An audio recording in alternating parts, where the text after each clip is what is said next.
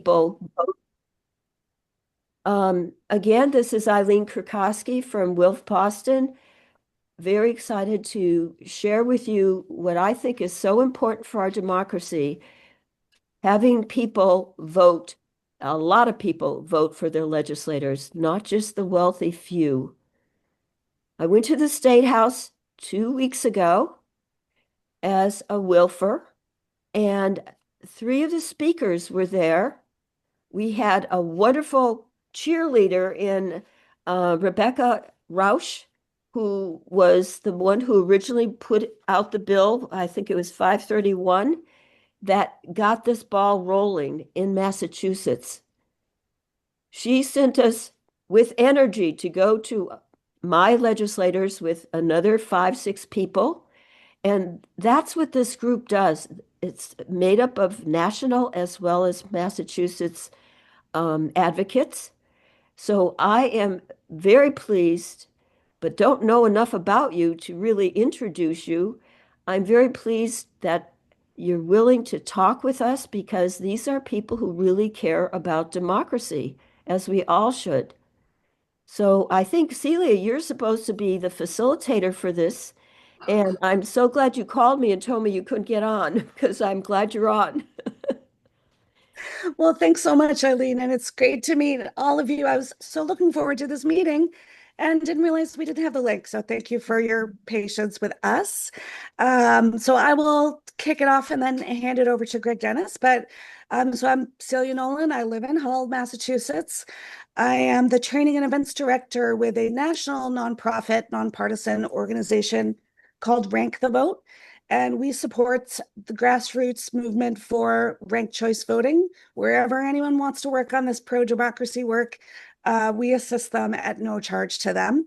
And I came from the Massachusetts organization as a volunteer and on staff and just sort of see the possibility of this work and the wonderful people who are in it.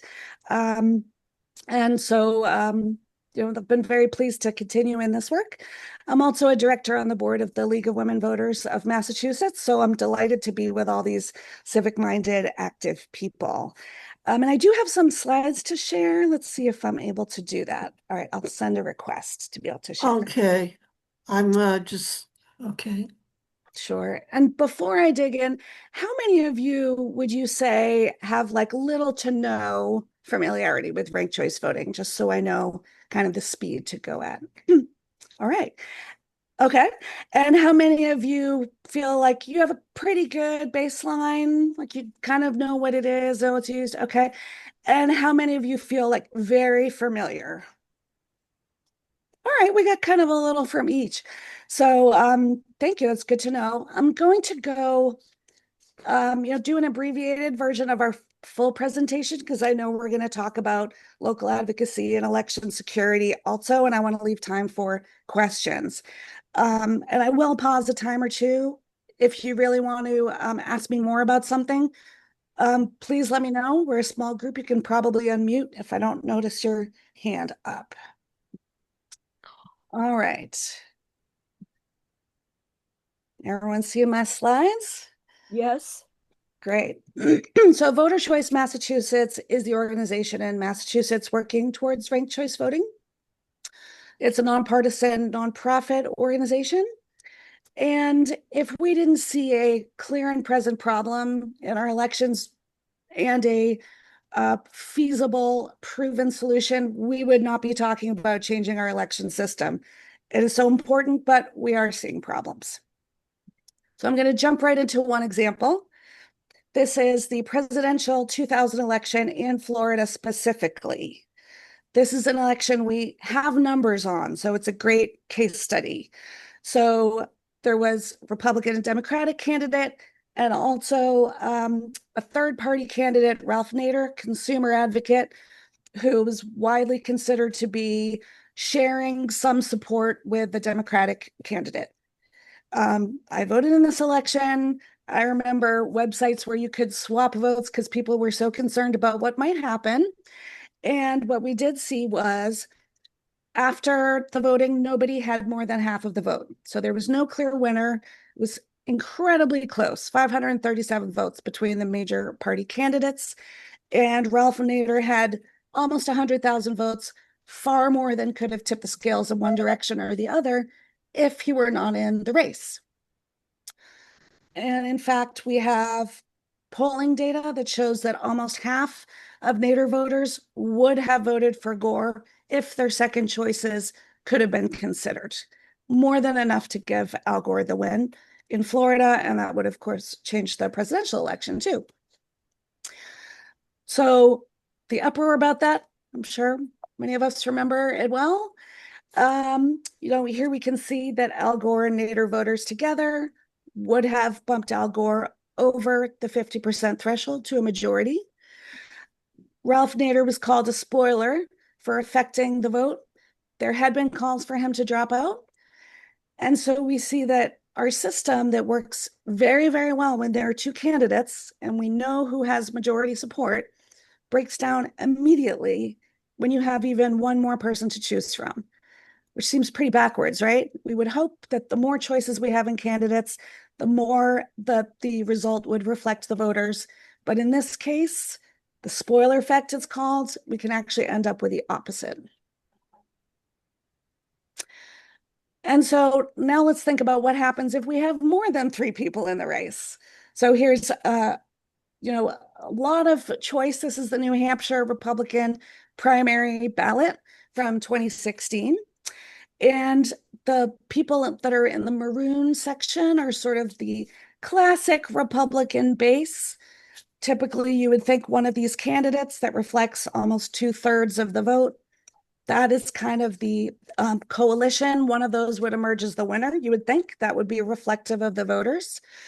But instead, there was this small, more radical, more, the different style candidate that's boxed in the red, which were a little over 1/3 of the vote together. But the winner that emerged, of course, was the one that just had the largest small slice from the minority group of candidates, really, the minority faction, and that was Donald Trump. If we had ranked choice voting, votes probably would have rolled up to one of these, more traditional Republican candidates. And Pamela, I see your hand up. Do you have a question about any of these elections?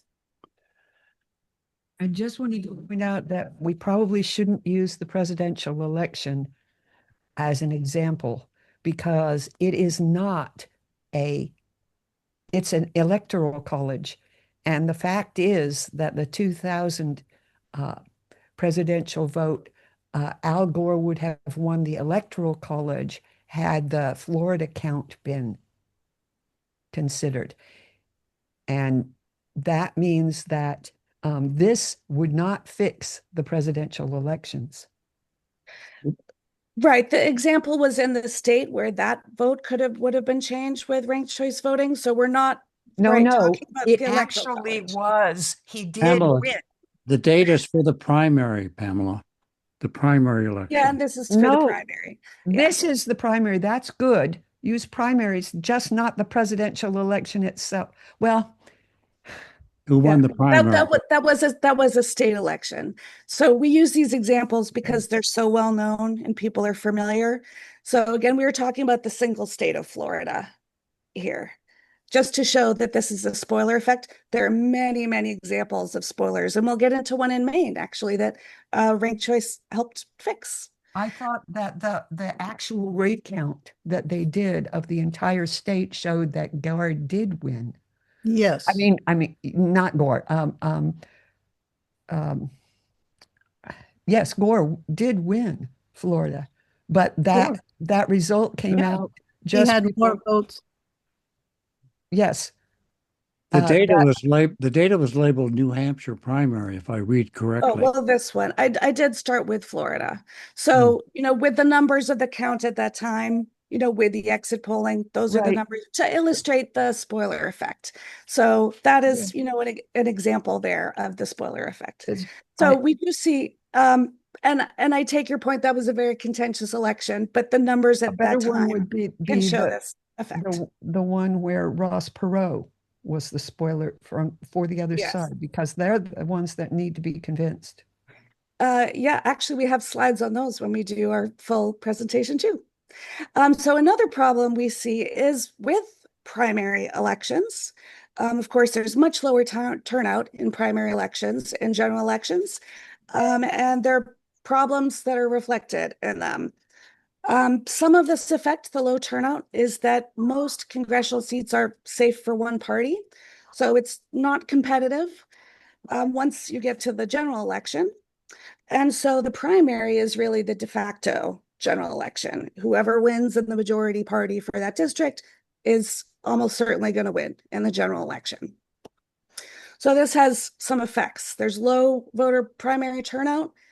Often people think that it's not competitive enough. There's no requirement for a majority winner.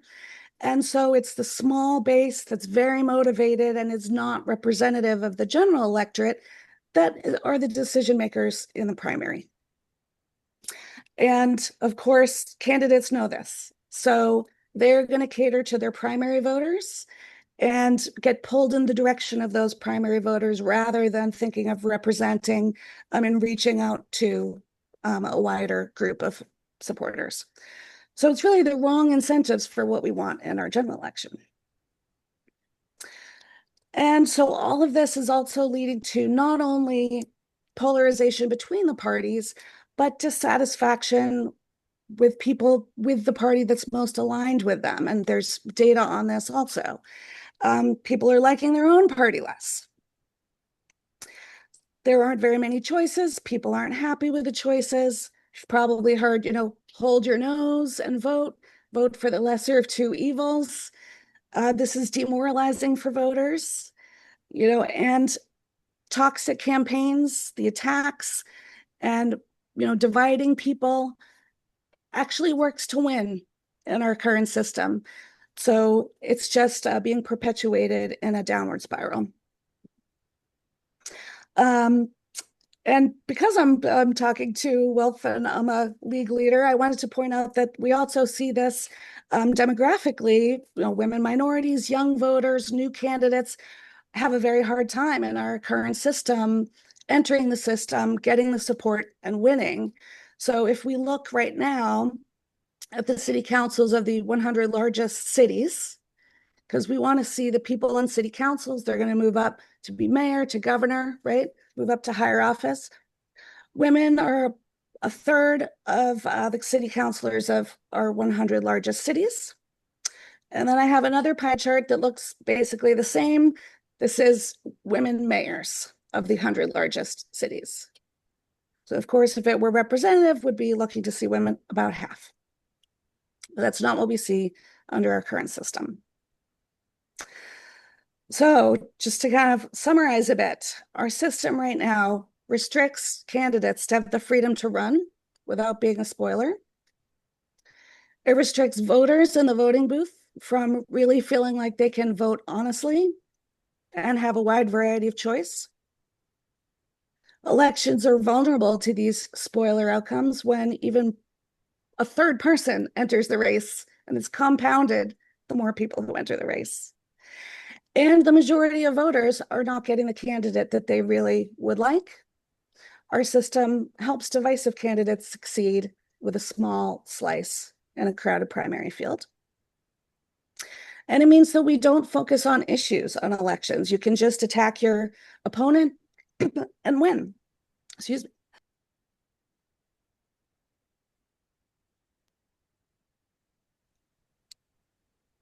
And so we're seeing more divisiveness, more attacks as our elections get more polarized and more toxic. But there is a solution that helps. There's no one thing that can fix everything. But there is one simple change that can do a lot to change our system. That is ranked choice voting. With ranked choice voting, instead of picking just one candidate, you can rank candidates in the order that you prefer them. And if you do not want them elected, you don't have to mark them at all.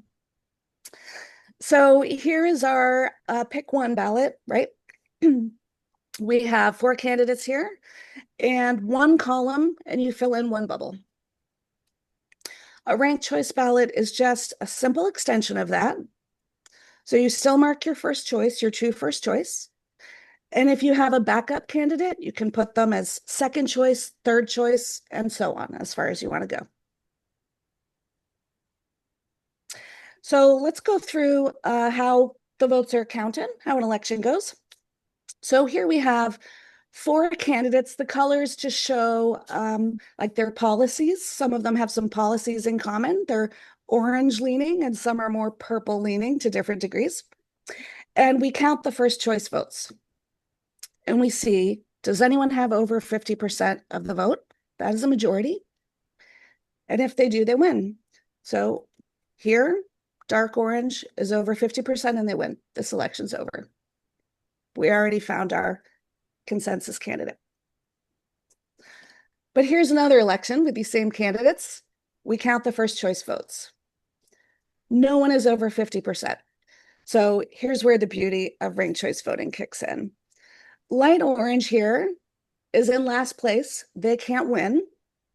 So they're out, but their voters are still in. Their voters' next choice is counted. So we go to round 2. Everyone whose candidate is still in the race, their vote stays with their first choice candidate, right? Light orange's voters mostly went to dark orange. That makes sense, right? They have whatever orangeness is in common, but some of them liked the dark purple candidate next. And you can do that with ranked choice voting. So we count again, still nobody over 50%. So we just do the same thing. The bottom candidate is out, but their voters are still in. Their vote gets counted for their next choice. And now we have our winner. So I want to pause for a moment and look back at round 1. So you can actually see the purple candidates together have that over 50% support.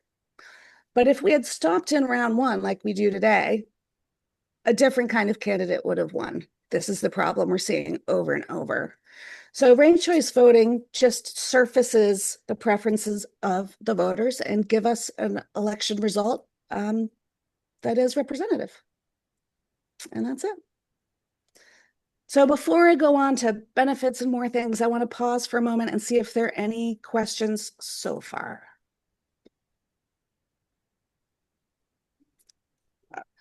Yes, Pamela. I hate to be a Debbie Downer. There are a whole bunch of ways of counting. This is called a preference voting system.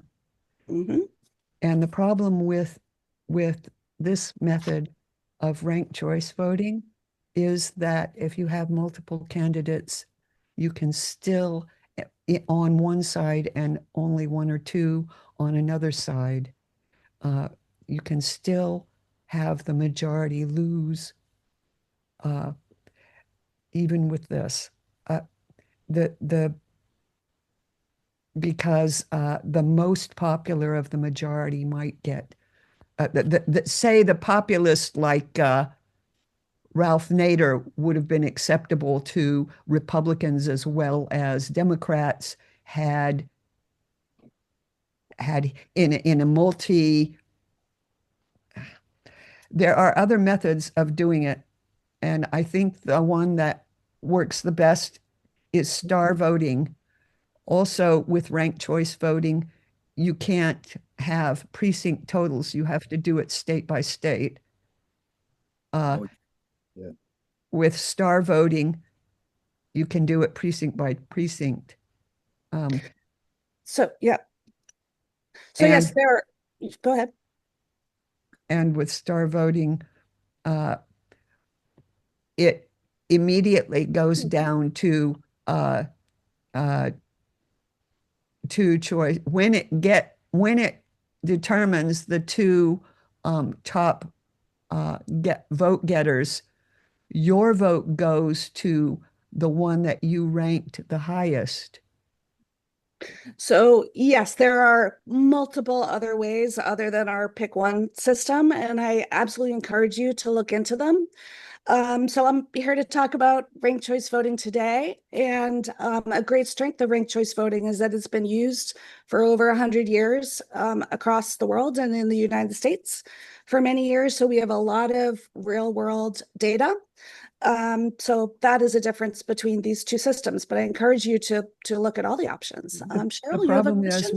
we're only Oh, going and to I'm sorry, Pamela. Can we move on a little bit? We'll have time for more Okay. questions at the end too, but I want to make sure that we kind of focus on this one topic. Thank you, Cheryl. Yes, good morning.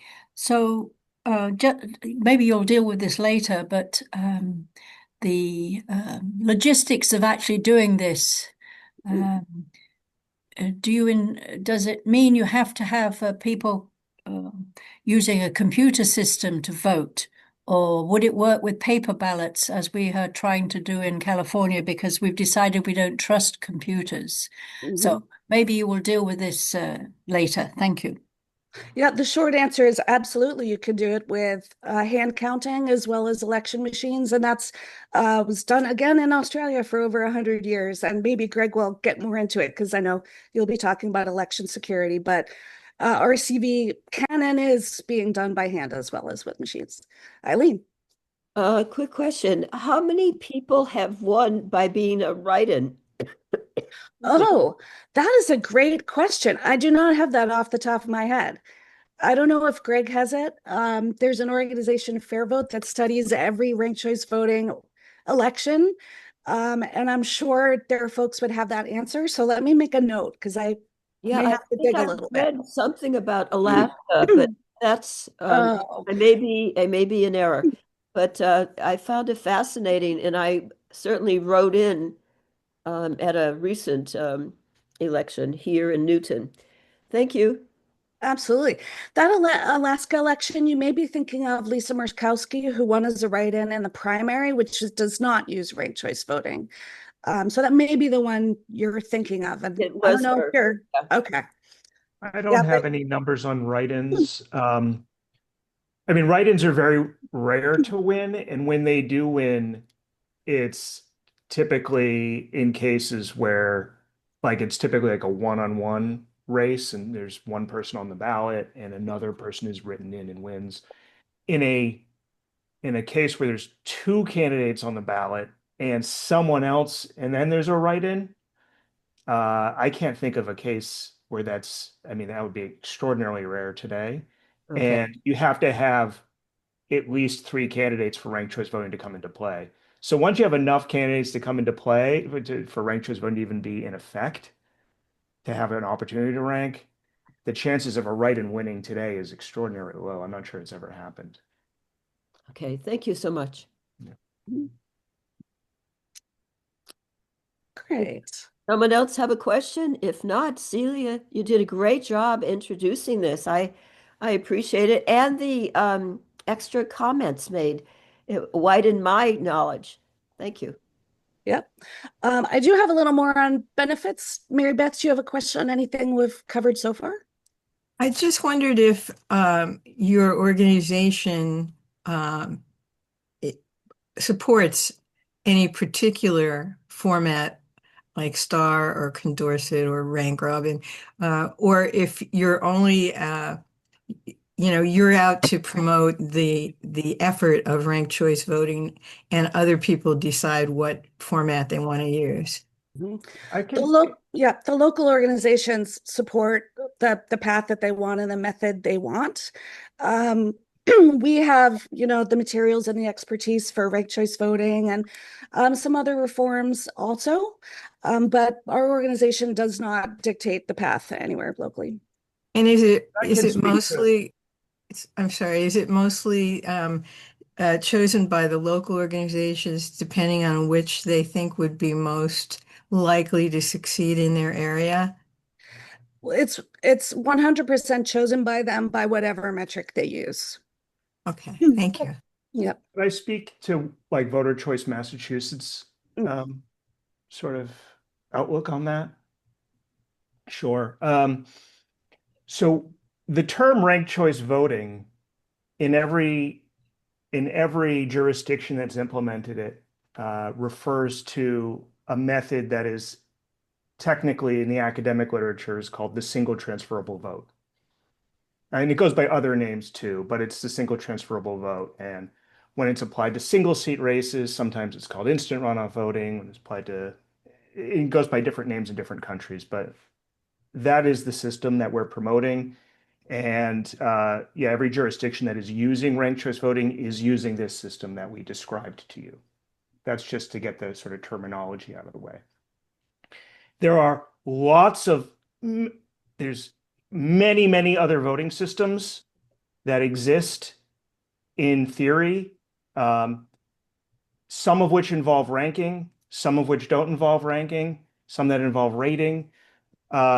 There's very, very, very few systems that have actually been used for public governmental elections. You have our current one, which plurality voting. You have, a runoff type system, and you have ranked choice voting as we presented it to you.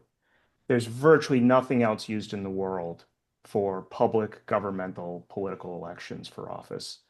One of the problems with any of the other alternative systems is they all suffer from this same problem, which is if you vote for your second choice, it hurts the chance your first choice is elected. That's true of star, of score, of approval, of all these other variants. And when those systems have started to get any kind of traction in small elections or student government elections, they've usually eventually been repealed because people find that voters end up just voting for their first choice. They don't use the rest of the expressiveness of the ballot because when they do, they hurt their first choice. And it puts them in this big strategic quandary of how to fill out their ballot. So that's, I think, one of the theoretical reasons why ranked choice voting is the only alternative system that has really got any kind of meaningful traction around the world for these kind of elections. I'll leave it at that. Thanks, Greg. And I do have a bunch more to do. Linda and Peter, do you want to go now? Was this a tag along? Well, Linda, you're up next. Where the discussion would fit in, but I'm concerned about the relationship between this fight just for ranked choice voting and ignoring proportional representation, because ranked choice voting doesn't solve all the problems that proportional representation would, where you have parties in a legislature according to their support in the population, which is what most other democracies have. And it's not realistic to believe that everybody's going to be in 1, 2, or 3 parties. In most of Europe, they have 4 or 5 parties vying, and it makes it much more representative of the population. So I'm wondering, a lot of us feel there should be a simultaneous campaign to get both methods. And I'm wondering, have you considered that? And if you rejected it, why? Because it's going to take years to get ranked choice voting all over the country, and then you'd have to turn around if you ultimately want proportional representation. You'd have to start again with years-long campaigns instead of doing it together. So I guess I'm advocating that, and I'm asking the question, what's your feeling about that? Yeah, so far I've talked about electing a single person using ranked choice voting. For proportional representation, that would be when you're electing multiple people at a time, right? And Greg mentioned the single transferable vote. That's used in that kind of a system. We absolutely support that. Both single winner ranked choice systems and multi-winner proportional ranked choice voting systems have been passed in recent years in the United States. We're strongly behind that and working towards it. So both of them can happen where the localities want it and work for it, and we support that for themselves. Changing that for Congress is if we want to get into that, that would that would be a big change, but absolutely we support those systems. And using proportional representation for a multi-winner system is extremely powerful for sure. But some seats are always going to be single seats. So we're starting with the RCV concept here. And we'll go to Peter, and then I'll go on with my slides. And I think someone's talking. If you could mute.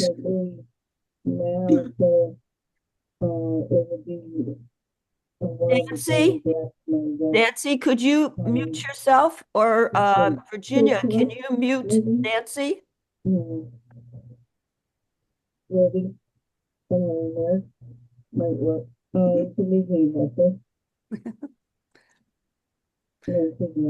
And thank you for your patience, Peter. I can hear you. And if you don't mind, we'll go to Peter, and then I'll do a few more slides, and then we can hear from Greg and take more questions. I'm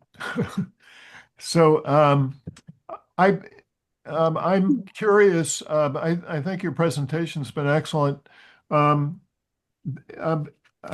know that the city of Cambridge long ago started this. Does Cambridge still have ranked choice voting? Does anyone know? They do, ever since 1941. And Yes, since, they since do. when? They do. 1941. I believe. Greg, is that right? Yeah. I happen to know about that just because my father organized it. Wonderful. But how many other cities and towns in Massachusetts? Do you have any idea of the percentage or anything like that? We have all of that. We're going to get into it. So thank you for mentioning that, Peter. I'm going to use that as my cue to keep going. And I have a map, and Greg will go into the specifics of what's happening exactly right now. So thank you. I promise that was not a plant. All right. So I just want to give a couple of examples, since RCV is used very widely by about 14 million voters in the US right now. So here's an example from a congressional race in Maine. So we had Republican, Democrat, 2 independents. After counting the first choice votes, nobody had a majority of votes, no one over 50%. But Maine has ranked choice voting for these races. So after the counting went, we saw that most of the voters of those 2 independents chose Jared Golden as their second choice, and he won. So the people of Maine had more confidence in the result. The people who strongly felt that the independents were their first choice saw their preferences reflected, even though they didn't get their first choice winner, they had a second choice winner. With RCV, we see much higher percentages of voters having someone on their ballot win. All right, so I showed you this pie chart before. City councils of the 100 largest cities only have about a third of women on the city councils.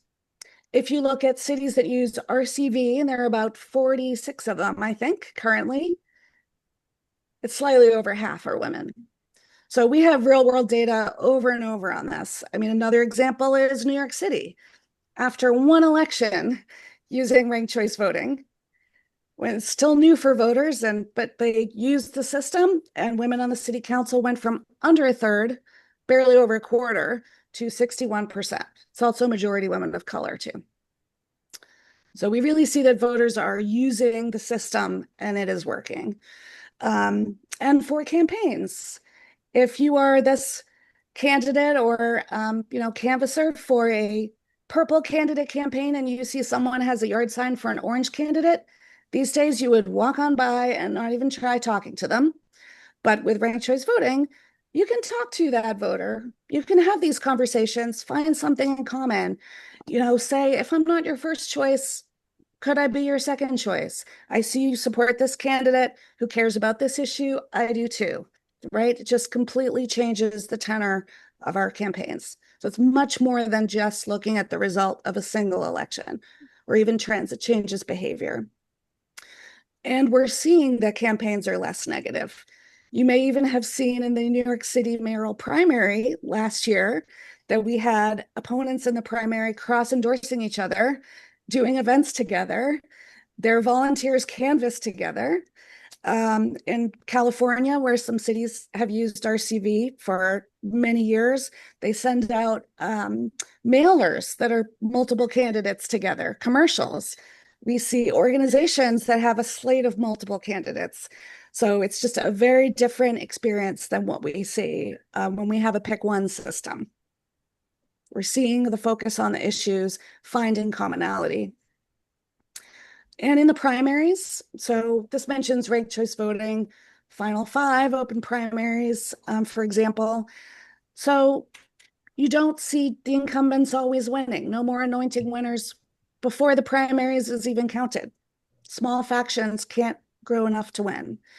There is real choice in the candidates on our ballot and real choice when we go to vote.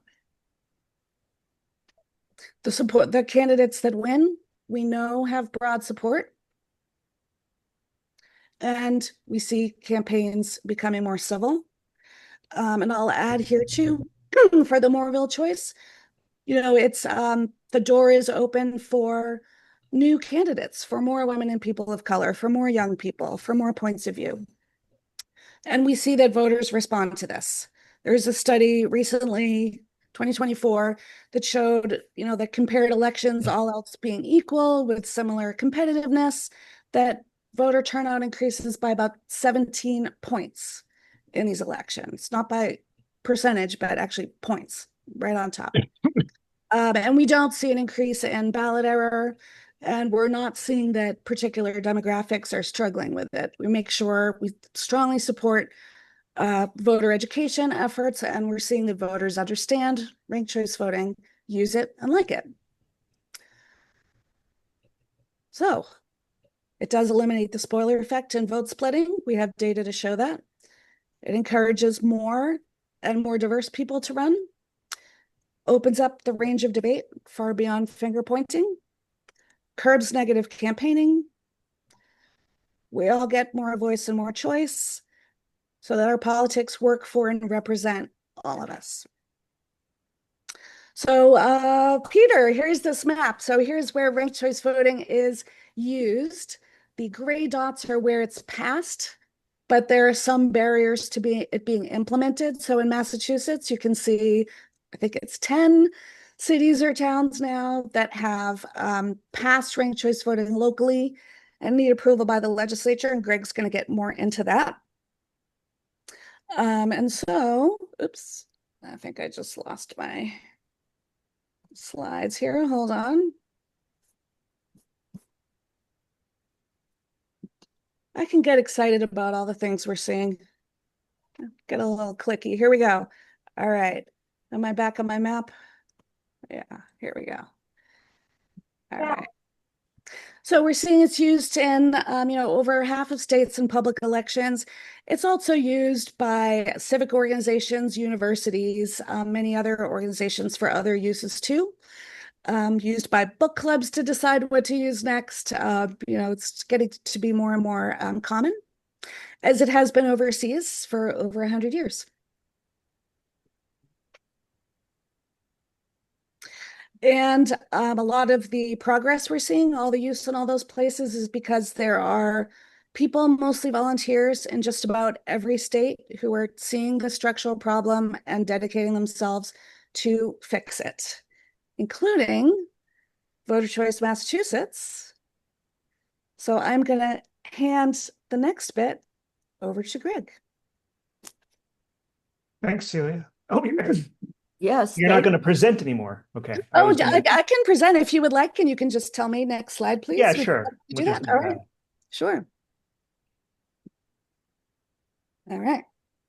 All right. We heard there was some interest in hearing about election security in relation to ranked choice voting. So this slide hopes to address some of those concerns. Happy to take questions about it. The first thing to know is that all ranked choice voting elections in the United States are conducted with paper ballots, 100%. They all have, as the election security terminology calls VVPAT, voter verifiable paper audit trails. So they're always conducted on a paper ballot, and then those paper ballots are either, in some cases, hand counted, but more often optically scanned, put through the optical scanner. But then the paper audit trail is there available for recounts and audits and so on. Ranked choice voting elections use the same equipment, and they use most of the same procedures as regular plurality elections do today. Next bullet point, you can conduct risk limiting audits for single seat ranked choice voting elections.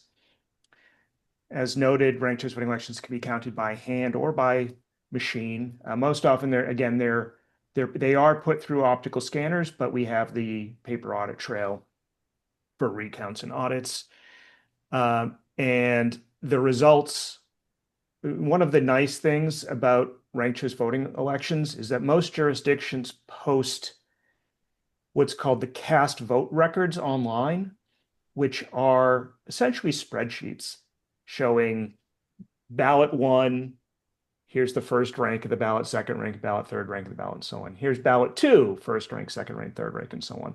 These are fully anonymized recordings of the rankings on every single ballot.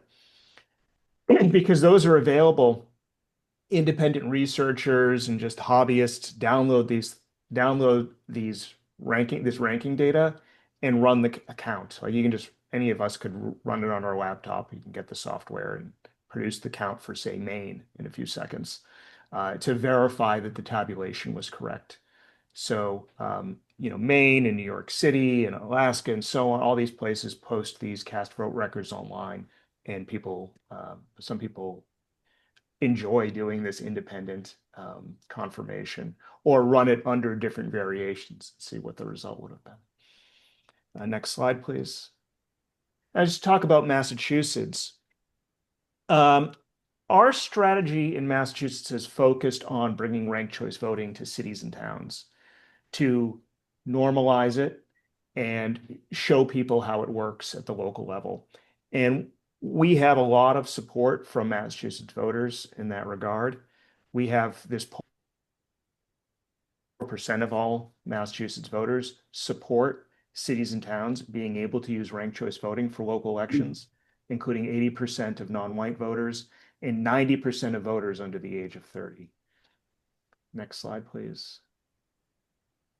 This is the progress that we've made. There are 2 cities in Massachusetts using ranked choice voting today, Cambridge and East Hampton.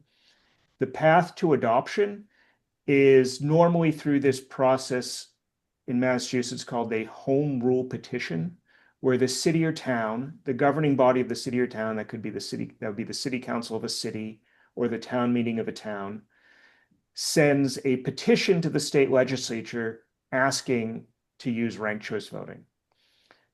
The legislature then needs to approve that bill and the governor needs to sign it. It becomes a bill like any other bill. And when that bill is passed, then ranked choice voting becomes the law of the land in Massachusetts.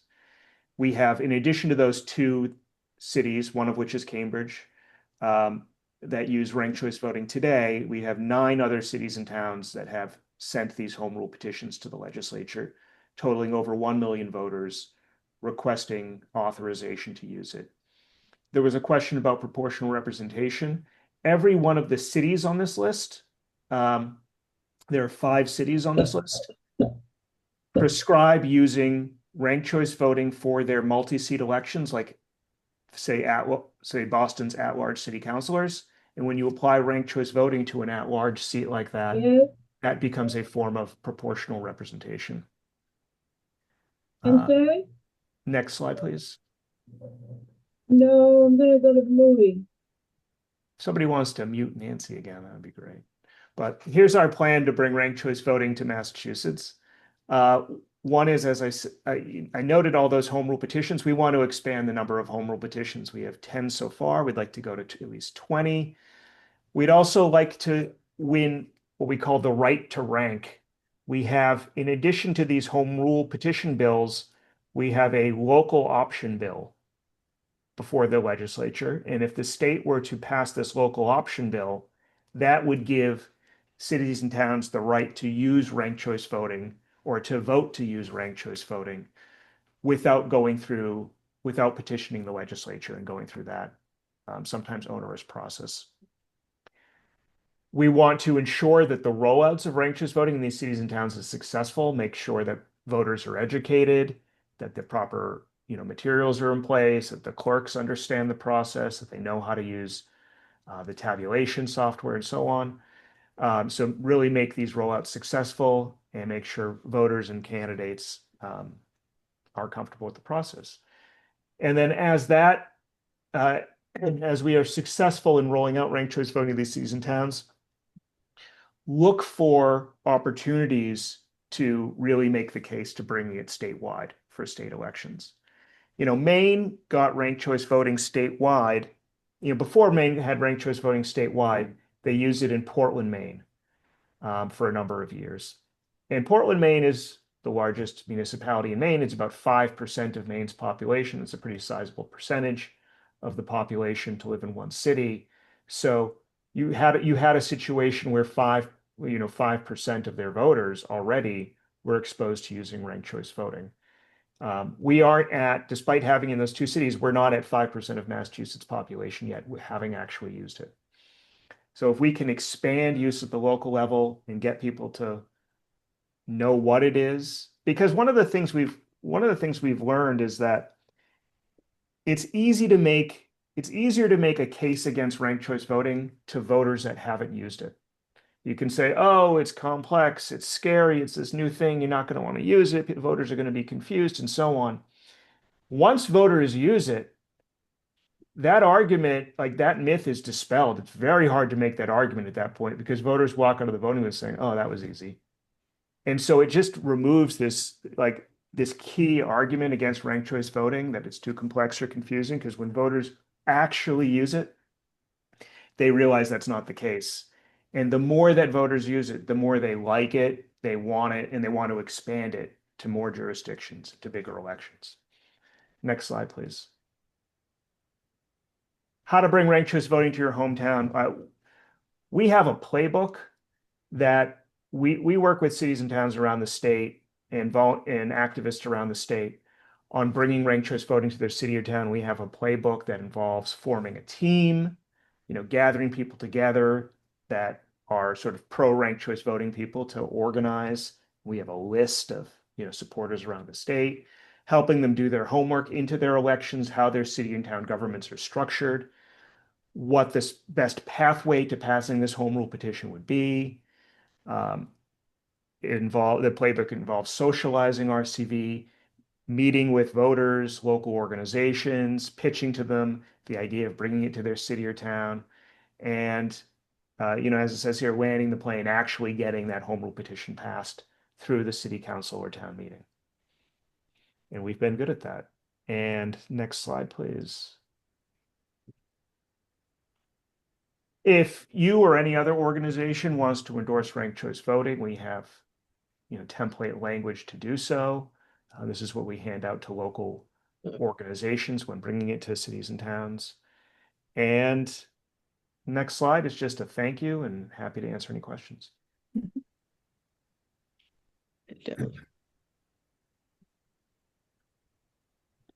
And there is that local option bill that is live in the State House. Is there anything you want to speak to, Greg, on that specifically, the status of it or how to support it if anyone wishes, or if the organization wishes?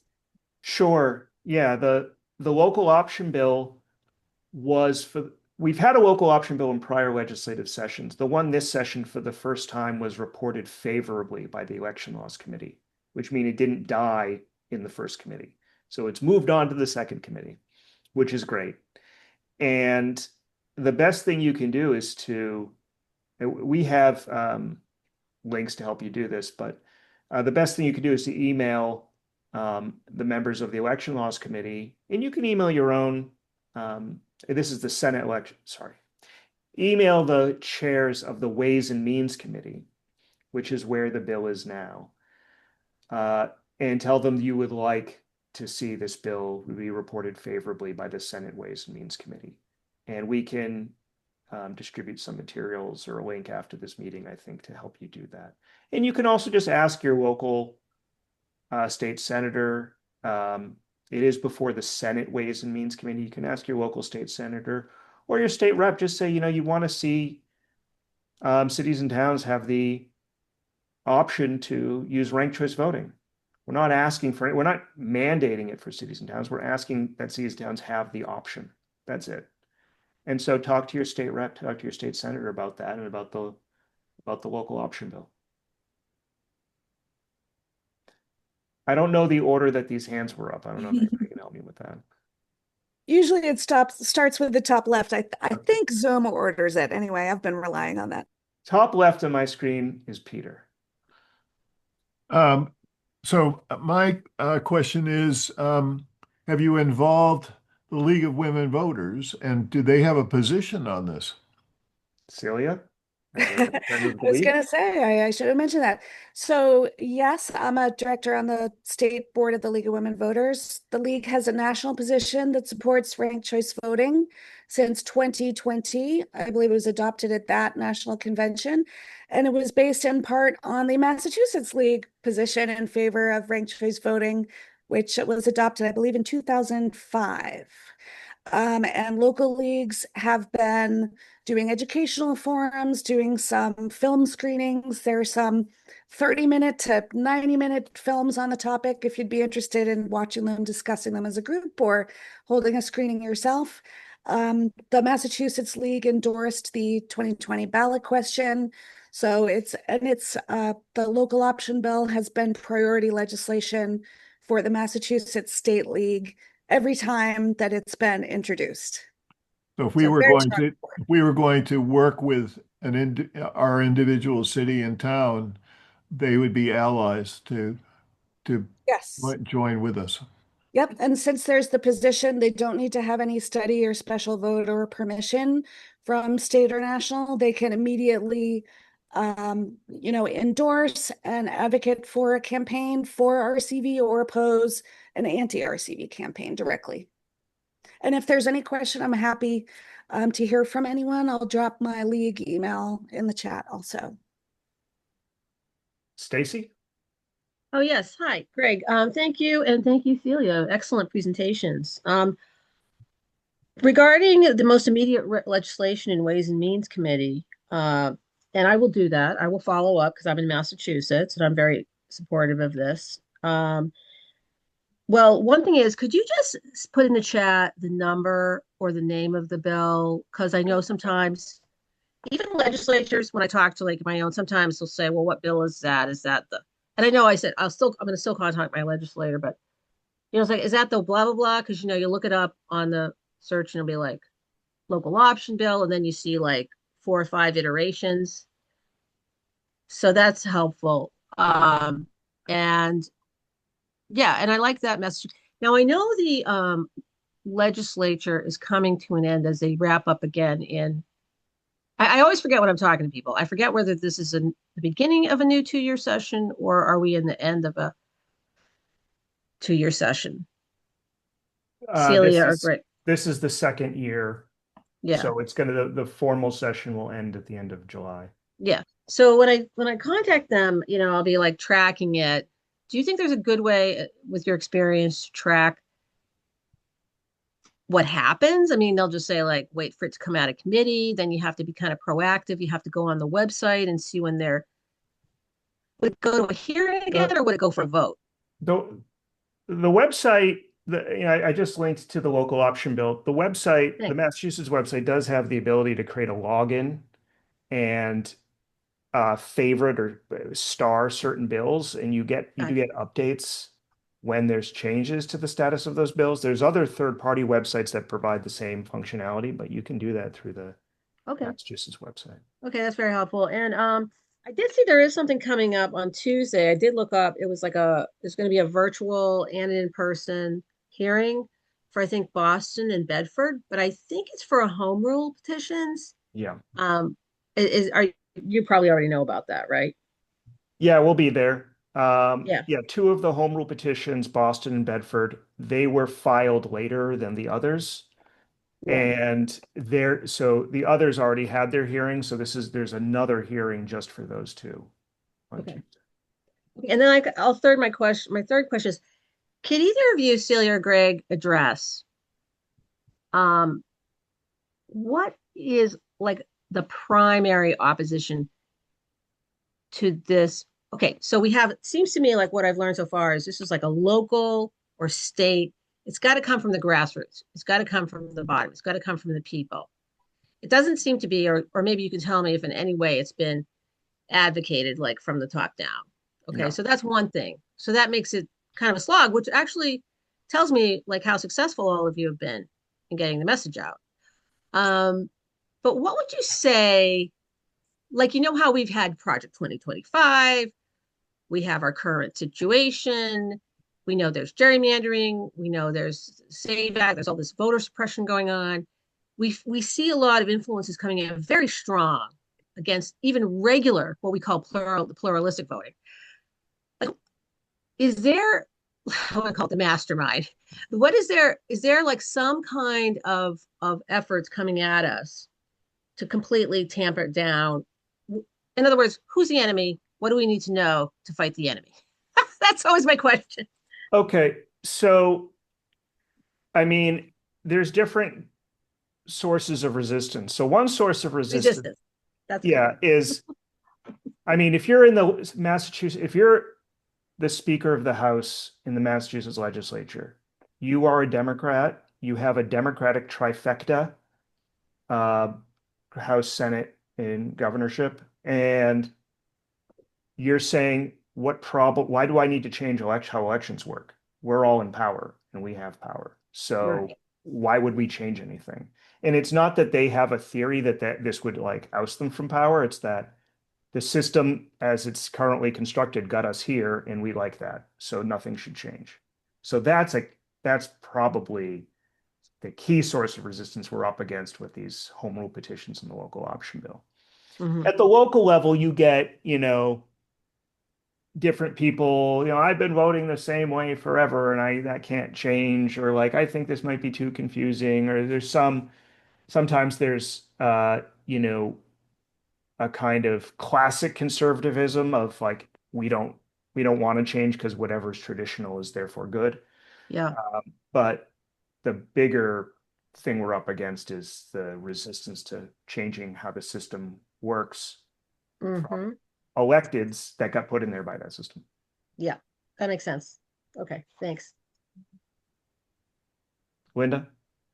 Yeah, I just first want to say this is a wonderful meeting and your graphics are great and I appreciate everything you're doing. I think it's wonderful. But I remember the last attempt and the statewide ballot question.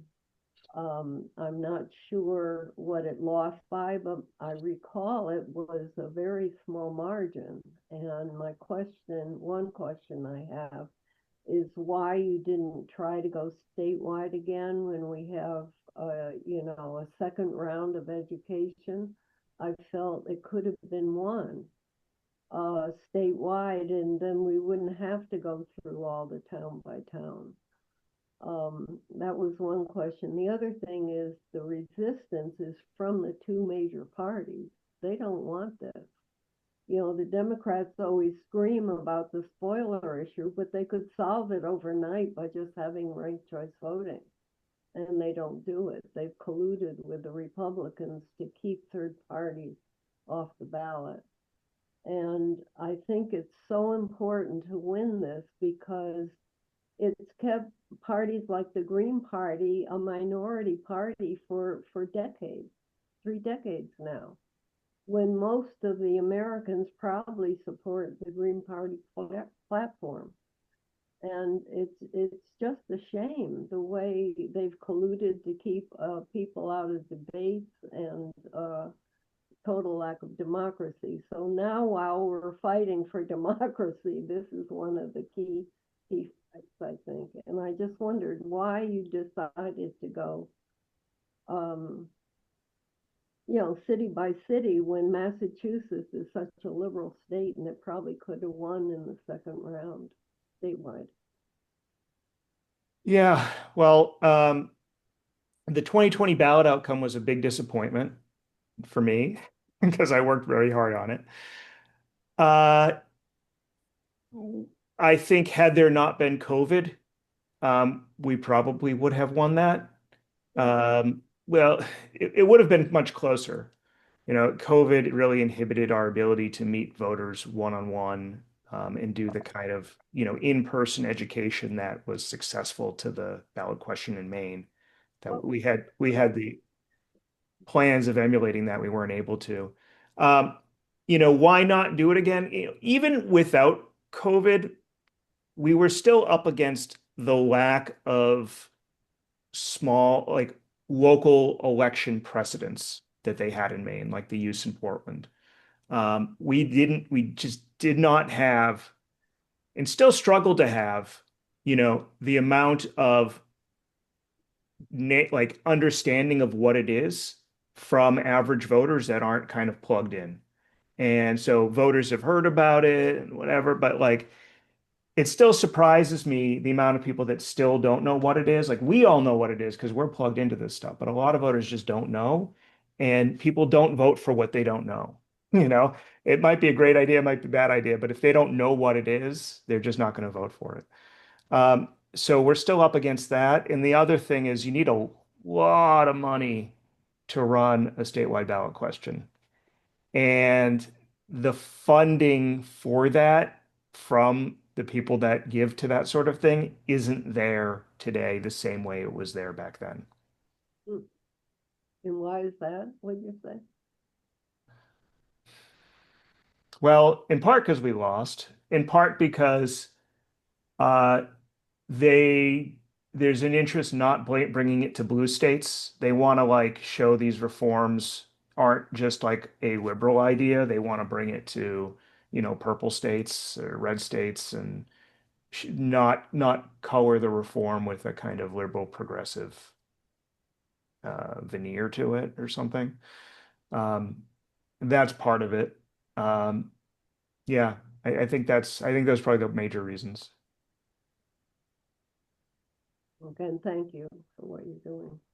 Thanks. Ellen?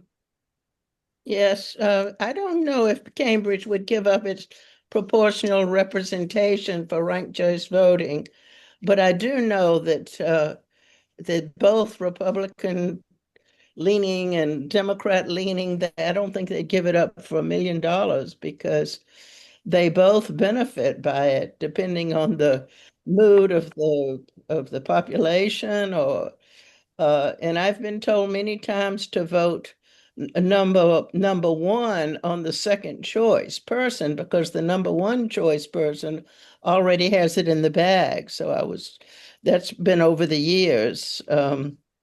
But maybe you should talk a little bit more about if there's going to be a struggle, because I know Cambridge is a model for the nation in many ways for the proportional representation, which is very similar to ranked choice voting. So maybe you could someone could speak about that. But I've always tremendous benefits for me personally in watching the elections, group elections over the years to see some of these candidates, as you mentioned, the Green Party, and these coming in and taking seats that they wouldn't have gotten without it, with pluralistic voting. So thank you. Yeah. We do consider Cambridge's election system to be ranked choice voting. Oh, you do? Okay. Yeah. It's ranked choice voting is a system that can be applied to single seat elections or to multi-seat elections like the Cambridge City Council and School Committee. And when you apply it to the multi-seat election of the Cambridge City Council or School Committee, it offers proportional representation because you're familiar with the way it's counted, and we didn't discuss it here, but so interesting. Everybody should. It represents each constituency in proportion to its number of votes. It's very, very wonderful to have it. If you don't have it, the different people on today, I hope they work on that. It makes a big difference in your town or city. Mary Beth? Yeah, out here in the Midwest, I'm in Iowa, very red Iowa. Last year, our state legislature passed a ban on ranked choice voting. I know that's about to happen or is in danger of happening in Indiana, Jim tells me. And it seems like that's a proactive way for incumbents to maintain the status quo. In fact, the Better Ballot Iowa folks call these bills incumbent protection acts. I wondered if Rank the Vote has any strategy for responding to that. And also, here in Iowa, the local advocate is using a strategy of, he hasn't given up, God bless him. He says he's doing research this year on the number of runoff elections that were needed at the city council and county and municipal levels and figuring out what they cost and using that cost as a leverage for introducing ranked choice voting, since it would not, they would have been able to avoid the cost and the time gap of trying to do a second election. Well, Mary Beth, I'm so glad you're connected with Better Ballot Iowa. I was just going to grab their website link when you mentioned them. So Better Ballot Iowa is one of our partners. I'm wondering if that's Matt Wetstein, who you're talking about doing that research. So Better Ben Ballot. Allen, Ben Allen. Yep, His yep, wife thank is you. his wife is a WILF member Oh, in Des wonderful. Moines. Yeah, I know Ben. Absolutely. That's their statewide organizer. So again, Iowa decides their strategy. Rank the Vote supports them in whatever they want to do if we can. And they're an extremely smart and capable organization. So they've been, they have a very sound strategy and they're following that, and we support them all the way. Is that something that you've seen other states working on in that direction? And is there a way for you to counter the bans that are being enacted against ranked choice voting at the state levels? Yes. So with any bill that is passed, you can repeal it, you can pass another bill. There are some other strategies that are available. Municipalities can pass resolutions and trigger ordinances. And there are organizations that specialize in those pathways and how to pursue them. There's an organization that, like Fair Vote is one that also interacts with legislators at the state level and the federal level. And we are all part of a democracy renovation network. So this is very much on our radar, and we're working actively with it. And we meet at least weekly, some of us, to stay on top of the situation. So yes, and thank you everyone in Iowa for all your work. It's a great organization.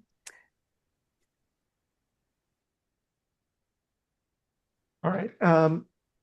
Yeah, and in terms of the cost argument, we have been making the cost argument to cities that when cities adopt ranked choice voting, they can eliminate their preliminary elections, which are often very costly and low turnout here. Pamela? I want to thank you, and I think the ballot failing, that was tragic too, but I agree, we should try again. It's the propaganda, the information wars that win or lose the elections, not the underlying value of and that's why we don't have assisted dying laws either. Excellent point. Or abortion rights. I know we only have one chance to change the election rules. So I really do think we need to get behind the one that is the best one, not the one that has the advantage of people have already used it.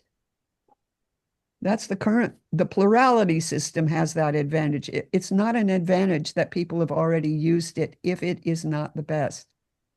And the ways, all of the different kinds of election systems have pros and cons. So shouldn't we get behind the one that is the best? You say that star voting isn't the best? I mean, I agree we should get behind the one that's the best. It's just that, for over a century, people have been trying to figure out which one's the best, and it's unlikely to be resolved anytime soon. But, I think we are behind. I mean, I'm promoting the one that I think is the best. And I think the qualities that make it the best are also the reasons why it's the only one that's received any traction. I don't Despite think the efforts behind it. But yeah, I think I don't think reasonably people can disagree what is theoretically the best as well, and that's fine. uh, there's a I'll put a link in the chat, and I would love to hear you, Greg, because you are clearly an expert on it. I'll respond to it. The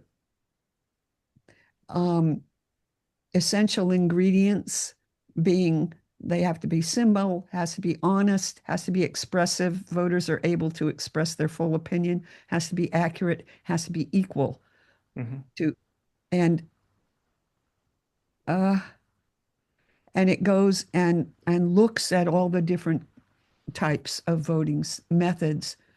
Yeah. Yeah, I think you're absolutely right. There's pros and cons to every system. There are the late Kenneth Arrow won the Nobel Prize for or was it the Fields Medal? One of the two, for his proof that there's no such thing as a perfect system because they all fail some property or another. And so you're in a world in which there's pros and cons, and but they're not equal. they're not Some equal. are It depends how much clearly you superior to value each others. one. Yeah. One of the problems is that we need to be able to, the appearance of complexity is not the same thing as actual complexity. Yeah. And there are several advantages to STAR in that it's actually simple. It encourages showing exact what you really do feel, including about the candidates you don't want. There's no way to strategically vote. Well, there absolutely is. I mean, every system necessarily has ways to strategically vote that can change the result so that's favorable to that voter. And that's true of any system. But I don't want to dwell too much on STAR because I think there's other questions. But I'm happy to talk with you offline at length about this system. That would be great. I'd appreciate that. Yeah. Virginia? Yes, I wonder about the countries that routinely use it. I got Australia and Ireland, but there were, I think, 10, if somebody could refresh my memory there.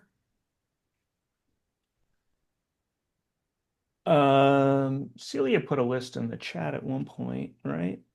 And that may not be comprehensive. I'm not an expert in election systems outside of the US, but these are the ones that frequently come up: Ireland, Australia, New Zealand, Scotland, Northern Ireland, and Malta.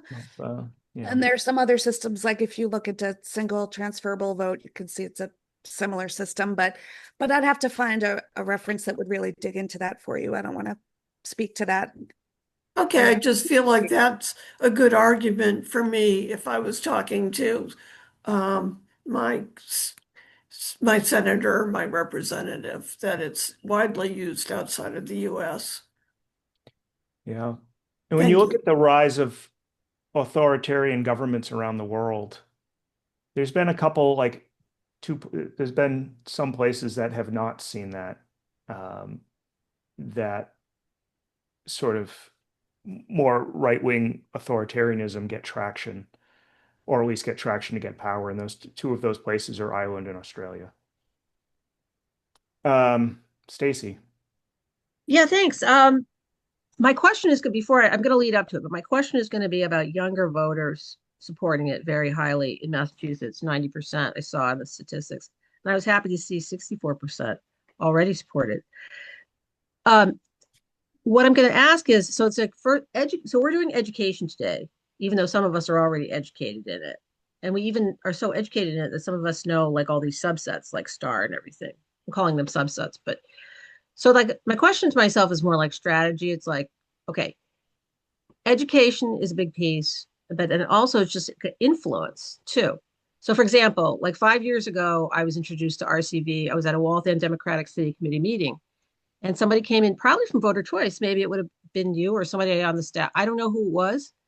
I was like, okay, yeah, I get this. Okay, I'm kind of getting it. Then it kind of goes away, just kind of disappears. It's like I never, action. I don't follow up, honestly. There's so many other things going on. Okay, and then it kind of rises to the surface again with WILPF, which I'm glad it was. By the way, it rose to the surface from a young woman who joined our group, a very young woman. And, so she's really the one who's motivating us to take this on as a project. And so what I'm asking you now is, like you hear a lot like younger voters, they're not educated in civics, blah, blah, blah. How do you think younger voters are coming to RCV? And can we pick up on that to like influence the larger electorate?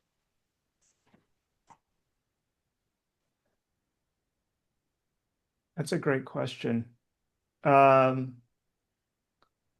happy to have you jump in but how are younger voters coming to ranked choice voting? I don't know. I think, one notable thing is that there are a lot of colleges that use it for student government elections. So they might know it more from that. Younger voters are more likely to not enroll in a major party, and so they're more interested in independents or third parties and so on, and want to have space in voting systems that help enable third parties to succeed. So I think those are a couple things, and they're, it's normal to be open to like more ideas when you're younger, typically, in college and you're learning about stuff. So that happens. So I think those help explain it. We had polling for the 2020 ballot question that if the electorate, I think, were like only people under 35, that we would have won by like 85% or something. Crazy. Right. So there is very strong support amongst younger voters. And if, it's said younger voters don't always engage in their local elections. Well, if you want to help them engage, this could be a way to help them do that. And yeah, I don't know. Did that help answer it? Oh yeah, definitely. Those are all make sense. Those are all good reasons. Yeah. Yeah. I'd like to add in too. I think it's just been a growing part of the conversation for a decade or more. I went to college in Minnesota. The Twin Cities have had ranked choice voting for a couple of decades, and now some other cities too. A couple of years ago, Rank the Vote decided very late in the spring that we would offer an internship in 7 states where we had organizers who could manage them. So we posted a listing, just in a couple of places, thinking like, wouldn't it be great if we could get 7 interns? And we got over 500 applications from all over the country, from all kinds of, like from Ivy Leagues to community colleges, to postgrads, to people with PhDs, to some people out in the workforce, which first of all was amazing. And so we decided, I interviewed every single one of them just to find out who are you? How did you hear about this? And very many of them said they heard about it from a high school class, civics. They heard about it in a poli-sci class, college. They heard about it in math class. They were drawing connections. Some of them, I remember one said she's interested in public health, and she sees the the connection between this issue. We talked about it before. If you want to pass issues that may have a broad base of support but aren't passing in legislatures, you need to have a system that's going to elect people who will be responsive and reflective of the electorate, and this is a way to do it. It had like masters in public administration. This was on their radar. So I think it's just growing in the general conversation, and young people are growing up with it and looking for something that's better as they recognize how broken the system is right now. For me, I have 2 teenagers, and my family has not had a full holiday meal and extended day with like multiple people from both sides of the family in 10 years. And I remember growing up with robust political discussion, and then we would, laugh and kick back and eat. My children do not remember a world where that is even conceivable. So I think young people are hungry for, like, they grew up, even these interns in college, we would talk about this and they said, all I know is politics not working and not being representative. And they're like, what can we do?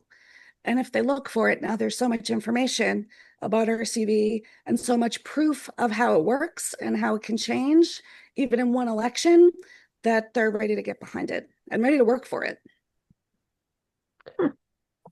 Yeah, thanks. In my kids' civics class, the teacher has had them rank options of like which civics project they're going to take on. So they're just being What I'm exposed. impressed with is the number of different kinds of teachers who are introducing it. And that I'll put a big plug in for the FTA or those who are rebelling against the rules, maybe. And actually, if you're looking for another speaker, Ismar Volich's professor, is he a Wellesley, Greg? Math professor. Yes, math professor at Wellesley. Yes, and so he studies. Yes, absolutely. Well, he's a wonderful speaker, and also has done much research and has written a lot on mathematically what he sees in election systems, the problems, and comparing it with RCV elections, and without looking at it from a political lens at all.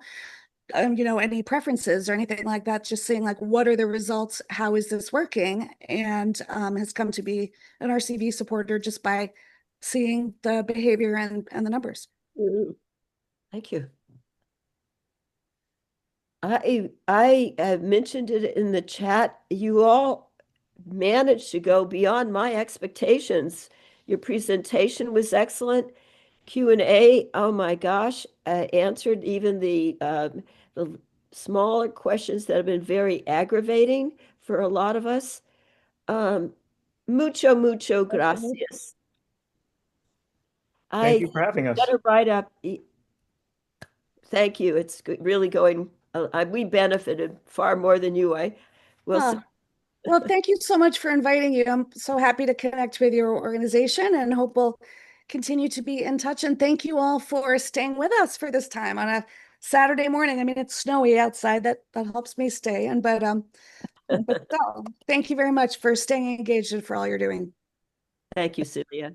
Thank you, Greg, So and long. everyone. Good to see you. Thanks for organizing this, Eileen. It was great. Yeah. Can you put your contact into the chat? Oh, wait a minute. We've got that teacher. We want the chat to include the teacher from Wellesley, maybe? The math teacher? Yes, I just got it. Thanks for staying on. I thought, oh no, I just grabbed it and people are signing up. Bullock. Okay, we have a professor there in the women's department. I've heard this name before. Thank you so much again for this too. Have a great day. And for those who live around here, be careful of slippery, sliding ice under the snow, basically. Okay.